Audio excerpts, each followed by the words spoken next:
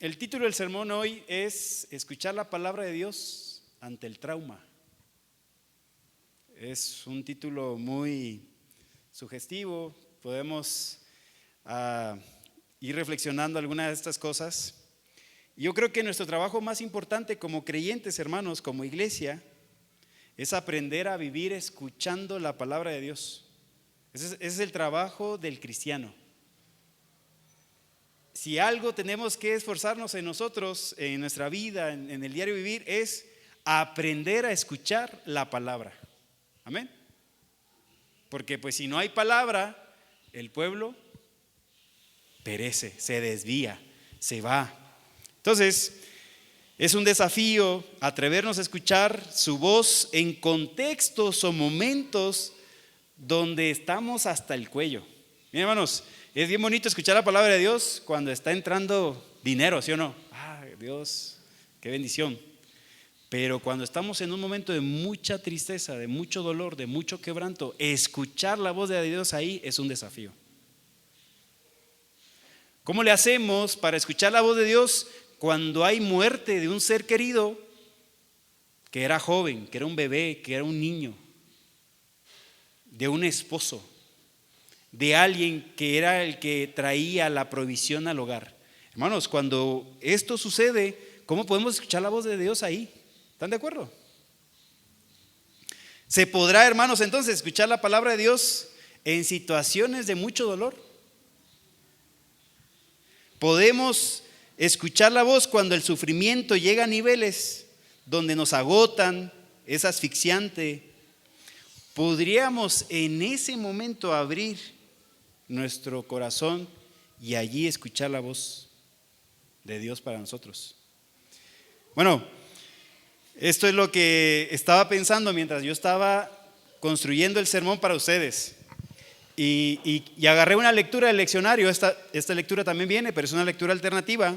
Yo sé que Lemuel predica el leccionario, y entonces me alineé a esto. Y Jeremías es uno de estos libros que ha desquiciado a los intérpretes. Es un profeta complicado de leer, porque es como Santiago.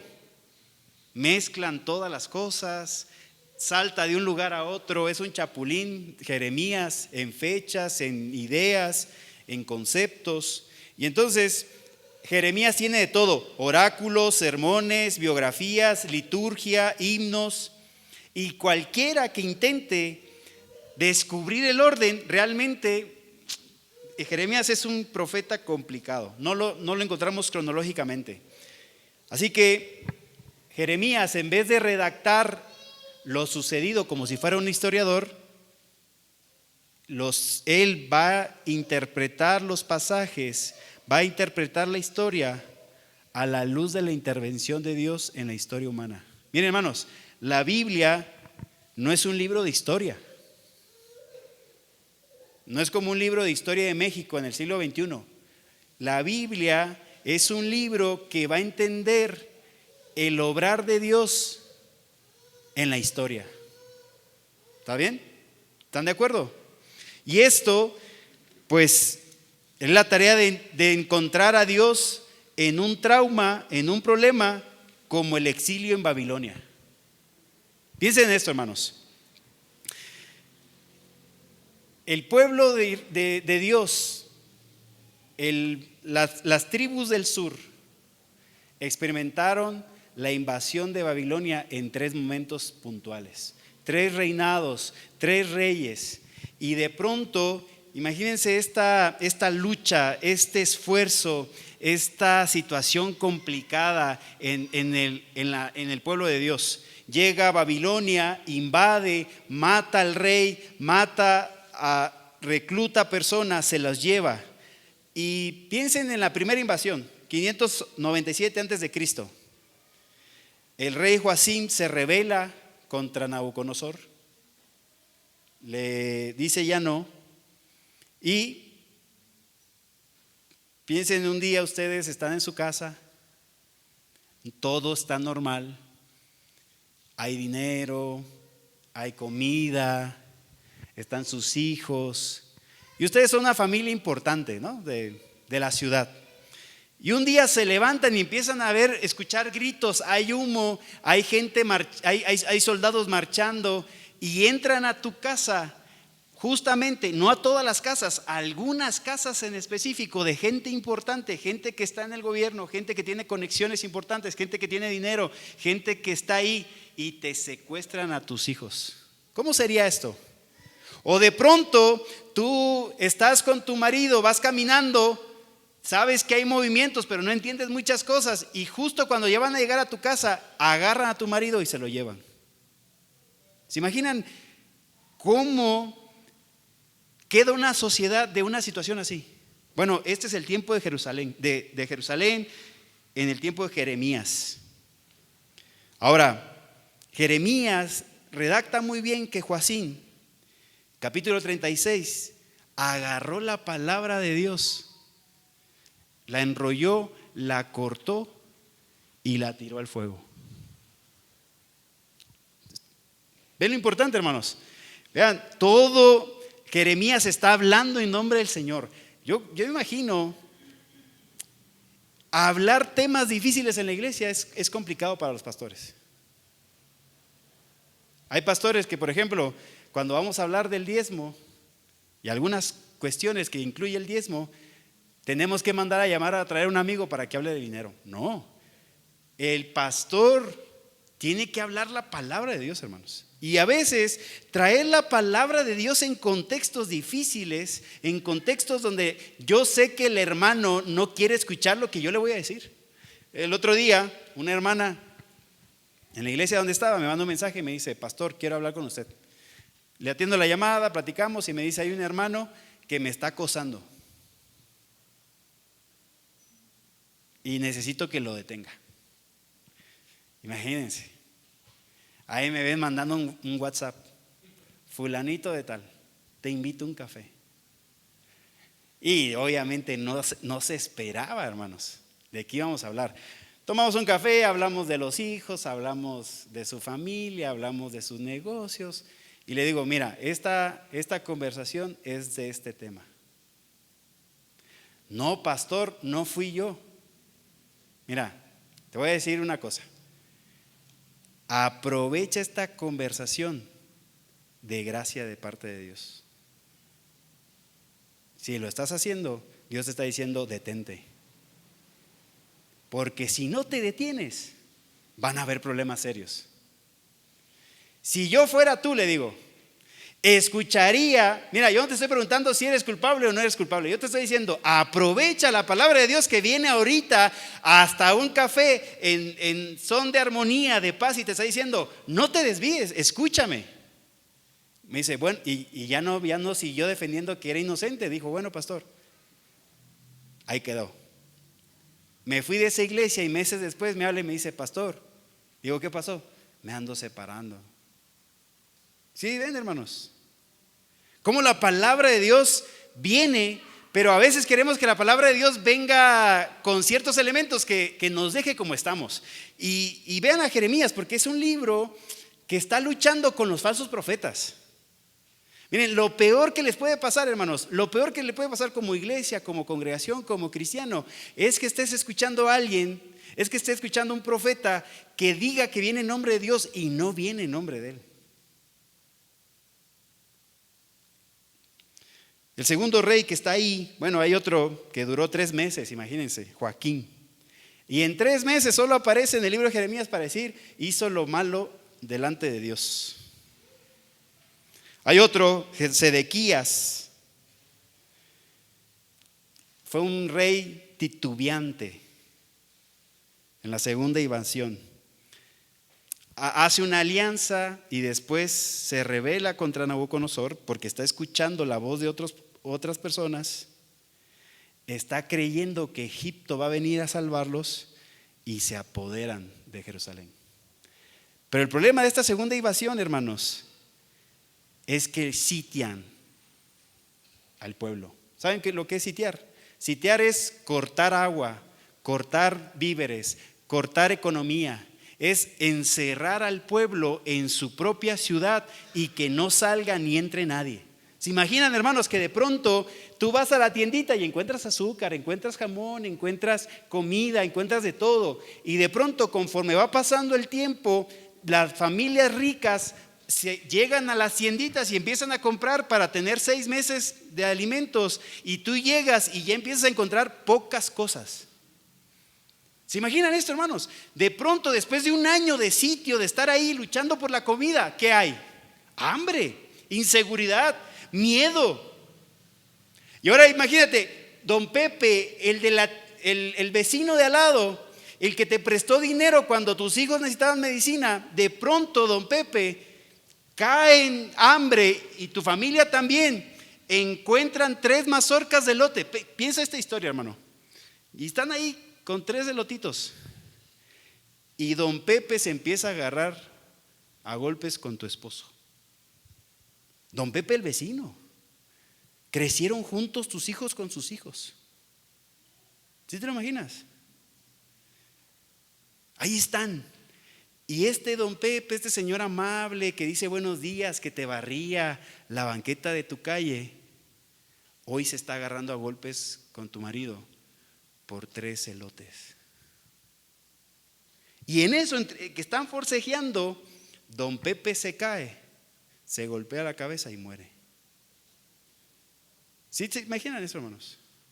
Cómo una sociedad de pronto se trastorna en un cuadro complicado. O a lo mejor es al revés.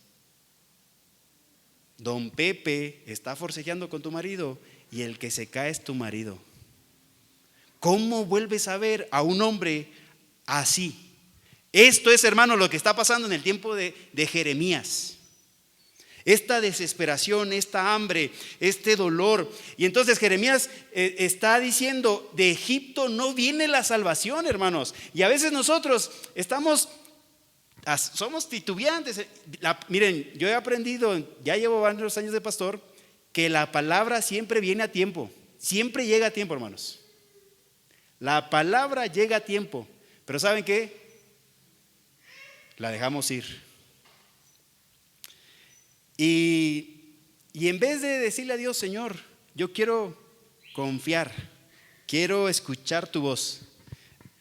Otro día llegó alguien a mi oficina para consejería y me dice, Mau, ¿sabes qué? Quiero pecar, así, pero ya, así. ¿Se imaginan imagínense esta imagen? Un hombre que está luchando con su sexualidad y me dice, quiero pecar. No me importa nada. Y yo le dije, ¿de verdad no te importa nada? Porque, hermanos, el pecado cuando se nos presenta parece agradable, parece una ida a Six Flags. El problema del pecado, ¿cuál es, hermanos? Que es una espiral de descenso. Va bajando, va bajando, va bajando. Y le digo, mira, tú puedes calcular que te va a ir más o menos bien pecando, pero no sabes hasta dónde vas a terminar. Dice un pastor, hermanos, el ser humano no tiene fondo. No tenemos fondo. ¿A poco no se han comido 25 taquitos de suadero o de pastor? Miren, hermanos, estamos en enfermedad, ya tenemos mal algo del cuerpo y nos dicen, no comas esto. No comas esto. ¿Y qué hacemos? Uno no es ninguno. Hermanos, en el pecado no hay fondo. No hay fondo. El único fondo es el Espíritu Santo diciéndonos hasta acá. Pero ¿saben qué pasa? Como Hebreos dice, no endurezcan su corazón. Este es el problema, hermanos, del cristiano, que de pronto dejamos de escuchar a Dios y creemos que estamos bien. Y como creemos que estamos bien, queremos que las palabras que vengan de Dios se alineen a lo que nosotros queremos. Y entonces andamos buscando en YouTube y en Instagram palabras que se acomoden a lo que nosotros queremos. Ahí está Ananías y le dice al pueblo, tranquilos, tranquilos, tranquilos. Miren, ya sé que estamos exiliados, pero todo va a estar bien. En 2 años vamos a regresar todos y Dios va a estar acá. Y todos, ¿se imaginan? Bonito, ¿no? Fue como la pandemia. Vamos a estar bien. Y yo, ¿y quién mandó a este pastor a decir que vamos a estar bien? ¿De verdad viene de Dios? ¿O es un vamos a estar bien sin preguntarnos qué es lo que quiere Dios de la iglesia en medio de la pandemia? ¿Sí? Y entonces Jeremías está escuchando a Ananías y le dice, que así sea. Y ahí vean, Ananías es como Lemuel, bien instruido, sabe pues, preparado, no se le va ninguna. Y entonces escucha a Ananías y dice, palabra de Dios. Y se van a Jeremías y dice, qué buen sermón. Y de pronto Dios lo confronta y le dice, Jeremías, vuelve. Y le dice, ¿sabes qué? Dios me acaba de decir que tus palabras son falsas. El que va a morir en 2 años eres tú. ¿Qué creen que pasó? Falleció. Hermanos, el problema de escuchar falsos hombres no es que sean pecaminosos o no es que sean de carácter dudoso o que sean personas sin una moralidad o que sean personas de dudosa procedencia. El problema del falso profeta es que habla en nombre de Dios cuando Dios no lo envió. Promueve una esperanza que no proviene en Dios, sino proviene de un optimismo o proviene de un lugar basado en queremos estar bien sin Dios. ¿Qué prefieres, hermano?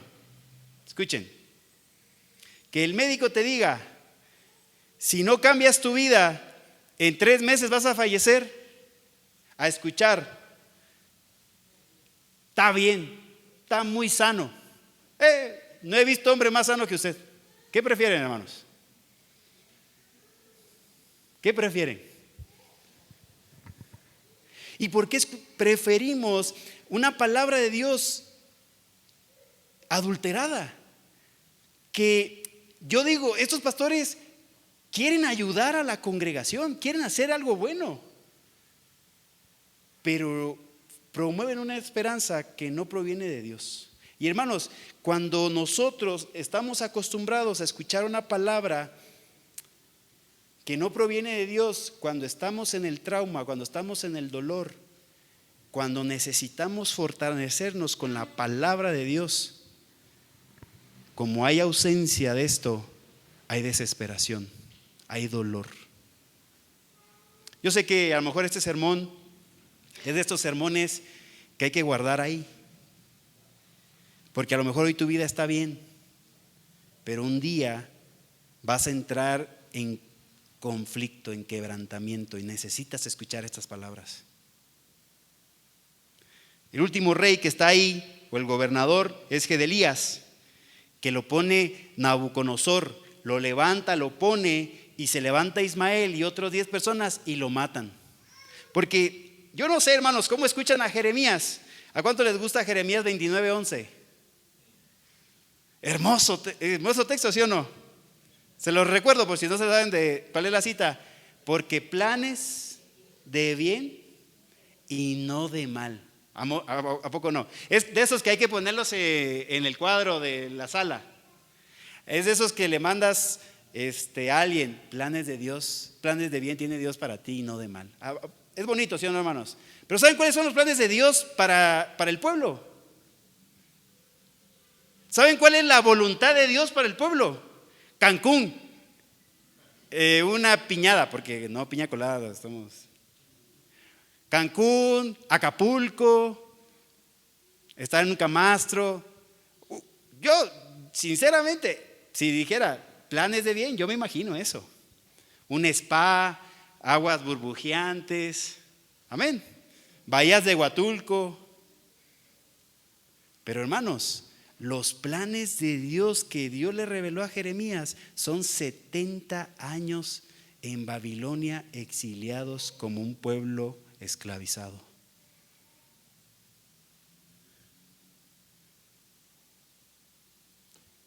¿No lo ven? Jeremías le dice, aprendan a florecer en medio de la opresión. Porque si ustedes buscan el bienestar de Babilonia, ustedes van a estar bien. Hermanos, yo no sé, pero parece que Jeremías es pro imperio. Pero Jeremías está entendiendo que la única manera de sobrevivir es sabiendo que Dios está permitiendo esto, porque es la única forma de que el pueblo permanezca. ¿Y qué creen que pasó, hermanos? ¿Tenía Jeremías razón o no? Pues de ahí viene Jesucristo. Hermanos, quiero hacer un resumen hasta acá porque todo este tiempo fue batallas, enfermedades, hambres, deportaciones, grupos de resistencia. Es como, imagínate que Dios, de pronto tú vas creciendo y tienes ya un negocio y luego levantas otra sucursal y tienes a lo mejor un trabajo bien pagado y te cambian de puesto y vas creciendo y de pronto aparece una Babilonia y tú eres un arbolito como Salmo 1, pero que no están tus raíces en la fuente, sino están en Egipto, en el Nilo, y de pronto Babilonia empieza a talar tus arbolitos. Ya está todo bien edificado, ya está todo bien listo y ves a Babilonia como un serrucho, cortando toda la provisión. Ese drama, hermanos, es un desmoronamiento fuerte, poderoso. Esto trae amargura, trae dolor, trae situaciones de mucho quebranto. ¿Y cómo podemos hallar, hermanos, ahí vida en medio del caos, en medio del dolor contextual, cuando el drama, cuando la tragedia lo está abrumando todo, hermanos? ¿Qué se hace cuando el desastre viene? Cuando todo lo que estaba en su lugar de pronto cae como si fueran fichas de dominó. Hermanos, ¿saben lo que es una tragedia? Es cuando un desastre aparece y esto supera la capacidad del grupo para afrontar la situación, para redefinir, para construir su mundo. Y de pronto, hermanos, nosotros estamos ahí, estamos bien, y de pronto viene una tragedia y la iglesia no está preparada para esto. ¿Han sentido tragedias, hermanos? Y saben, cuando viene la tragedia,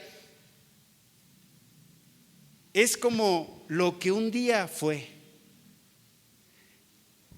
Y algunos especialistas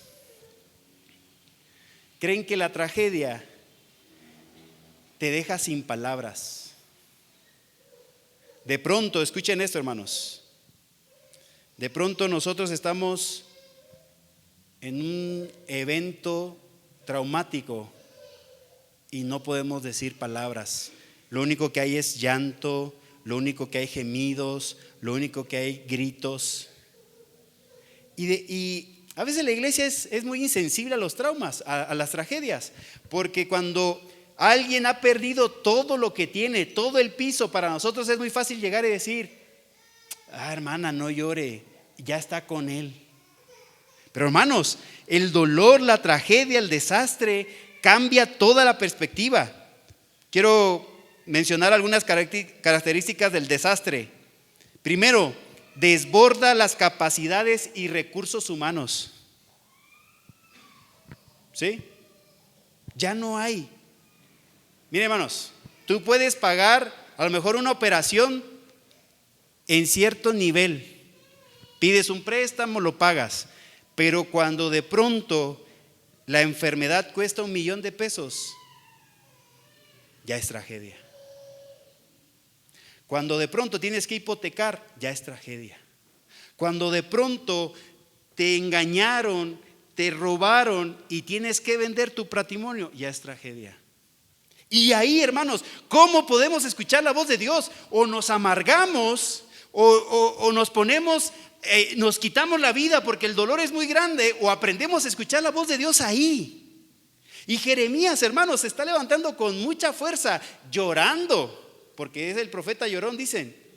Mal nombre, es como de burla a los pastores. El profeta llorón. No, hermanos, es que vean la tensión entre la miseria y hablar una palabra para salvar que la gente no quiere escuchar.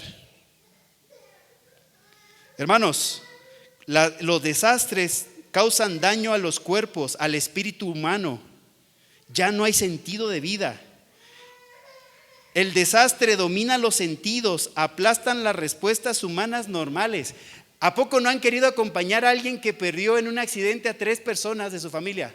¿Cómo podemos encontrar palabras para decirle a esta persona, lo lamento? Es un desastre. Miren, hermanos, un amigo de una amiga de la iglesia,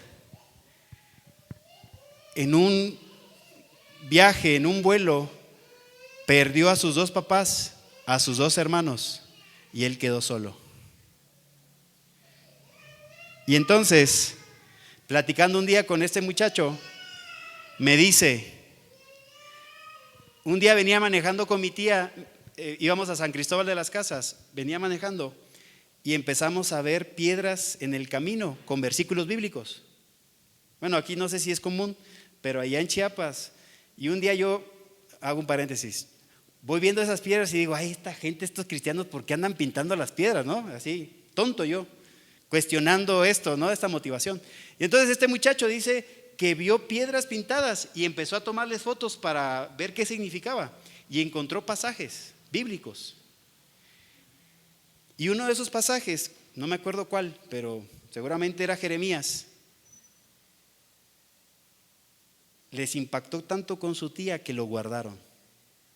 Y meses más tarde falleció su papá, su mamá, sus hermanos en la avioneta y los hijos de esta señora, de su tía. Y dice, lo único que me libró de quitarme la vida fue el pasaje bíblico que leí en la piedra. ¿Se lo imaginan, hermanos? Hermanos, la tragedia crea condiciones de miedo, de inseguridad, de vulnerabilidad, de hambre, que incitan al robo, al saqueo. Hermanos, México está a un paso de la crisis, y no por Morena, porque en cualquier momento, hermanos, puede venir crisis. Eso aprendimos de la pandemia. En cualquier momento, hermanos, toda nuestra normalidad se vuelve caos. No, eso pasó en la pandemia, hermanos. ¿O ya se olvidaron de cómo fue la pandemia? ¿Y saben cuál es el problema de la iglesia? Que pasamos la pandemia de noche. Es como si no la hubiéramos pasado nunca. El problema de la pandemia, hermanos, es que la iglesia, en vez de reflexionar y decir, ¿qué aprendimos? ¿Sabe lo único que aprendimos en la pandemia? A publicar nuestros sermones en Facebook. Pareciera que la importancia más relevante de la pandemia fue que la iglesia ahora transmita sus mensajes. Pero hermanos, estuvimos confinados, mucha gente murió, mucha gente en la pandemia perdió a 10 personas. Hay hermanos en la iglesia que perdieron a toda la familia de un golpe y nunca recibieron la visita de ni el pastor, ni de los líderes, de nadie. ¿Cómo le hacemos, hermanos? Las tragedias crean crisis en la comunicación, cambian la forma en que la comunidad se construye. Hermanos, textos como Jeremías capítulo 2. 2 pecados ha cometido mi pueblo. ¿Cuáles son? Primero, me han abandonado a mí, fuente de agua viva. Si imaginan el sitio, hermanos, cómo están sitiados, no tienen agua, y de pronto Jeremías dice, 2 pecados ha cometido el pueblo, no hay agua, hermanos. Y en medio de esta tragedia se levanta Jeremías y dice 2:13, 2 pecados ha cometido mi pueblo, me han abandonado a mí que soy fuente de agua viva. Y el segundo, ¿cuál es? Han cavado cisternas. Ahí tenemos nuestros pocitos de seguridad, hermanos, ¿a poco no? Ahí estás construyendo tu pozo. Mira vieja, por si falto. Hermanos, pero cuando viene la tragedia, ni los grandes pocitos que tenemos alcanzan. Lo único que alcanza, hermanos, es aprender a depender de Dios en medio de la situación de dolor.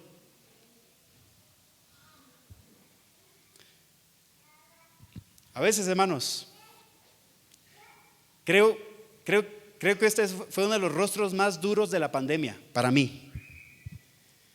Ver a una iglesia insensible. Eso fue uno de los rostros que reveló la pandemia. Y escuchen esta nota de una teóloga que se llama O'Connor. Kenneth O'Connor dice: si las personas carecen de sentimientos, pasión y deseo, no pueden prosperar.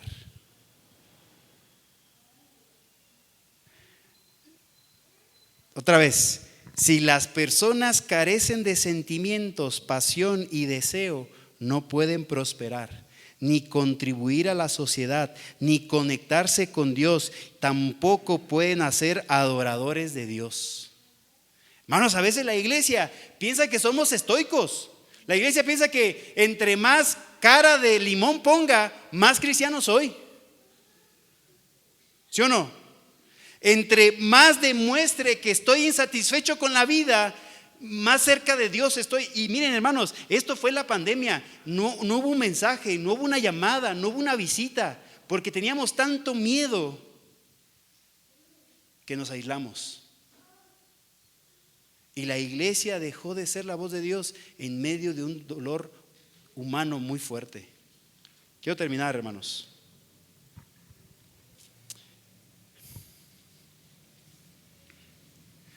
El problema, dice Jeremías, de estos falsos profetas es que son como el viento.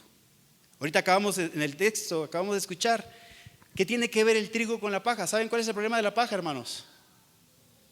Que cuando la criban, ¿qué pasa? No pesa. Pero no solamente no pesa, sino que se la lleva el viento. No nutre. La paja no nutre, hermanos. No nutre.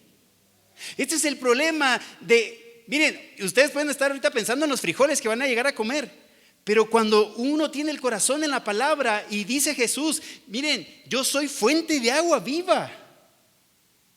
Hermanos, cuando uno pone otro texto, Juan, yo soy pan de vida. ¿Lo escuchan, hermanos? El problema del pan, del trigo, hermanos, cuando se cambia por la paja, es que la paja no alimenta, no nutre, no fortalece. Y cuando hay hambre y no hay paja, no hay trigo, no hay sustento. Dice Jeremías 5:13, los profetas son como el viento, la palabra del Señor no está en ellos. Quiero orar por todos nosotros, porque yo no sé por qué van a pasar ustedes. No soy vidente, pero lo que sí sé es que Dios siempre, hermanos, llega a tiempo.